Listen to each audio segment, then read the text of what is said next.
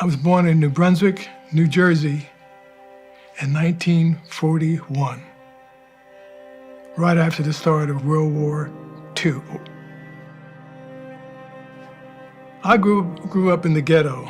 And ghetto meant because you were colored, your options were very limited, and no one really encouraged you to do anything. And the entire time I went from kindergarten through high school, not one teacher was of the same race as me. So it was kind of interesting. When I was very, very young, my grandfather was a member of Mount Zion AME Church in New Brunswick, New Jersey. In fact, he had his name on one of the windows there. And so you were going to Sunday school, you were going to Sunday school. No question about it, you were going to Sunday school. We were poor people. So everything that I even remotely thought about would seem extreme and impossible. But I thought about it anyhow. The entire time I was in college, never dreamed of being a lawyer. Why? Because in my hometown, New Brunswick, New Jersey, there weren't any black lawyers. We had 2 dentists, what else we had? And 2 doctors, that was it. I said, that's weird. You really got to know something to be that. So I didn't want to do that. But then, once I went through to college, I was in ROTC, Air Force, following my cousin who did the same thing. And once I got in the Air Force, I said, I got to be something. And I started seeing a lot of other things. And there was a year between my graduating from Mercury University and actually going in the Air Force.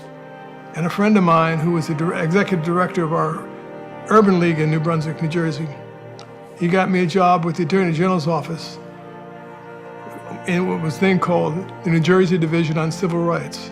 It means I was an investigator for discrimination. In Sacramento County, I was the first black lawyer in the public defender's office. And then I got appointed to the bench by Governor Jerry Brown, municipal court. And then eventually I got, years later, appointed to the Superior Court by Governor George Duke Machen. All this was a great surprise to me and everybody who knew me. I used to sometimes go back to my hometown and I see some of the kids I grew up with and I tell them how I would tell kids how I never imagined doing this. I said, nobody would have foreseen this. And they all said, that's for sure. That's for sure. So that's why I tell kids, you got to find out what really is available. Even if you're lucky, what is available? And then go for it. And be careful who you tell what you want to be, because more often than not, the person's going to say, man, you ain't never going to be this. You ain't never going to be that. So you might as well give up on that. So I said, just don't tell anybody. It's none of their business. They're going to spend their time trying to tell you why you can't do it. You can do anything you want to be. You just got to want to be. And you got to find out what's available. What's available.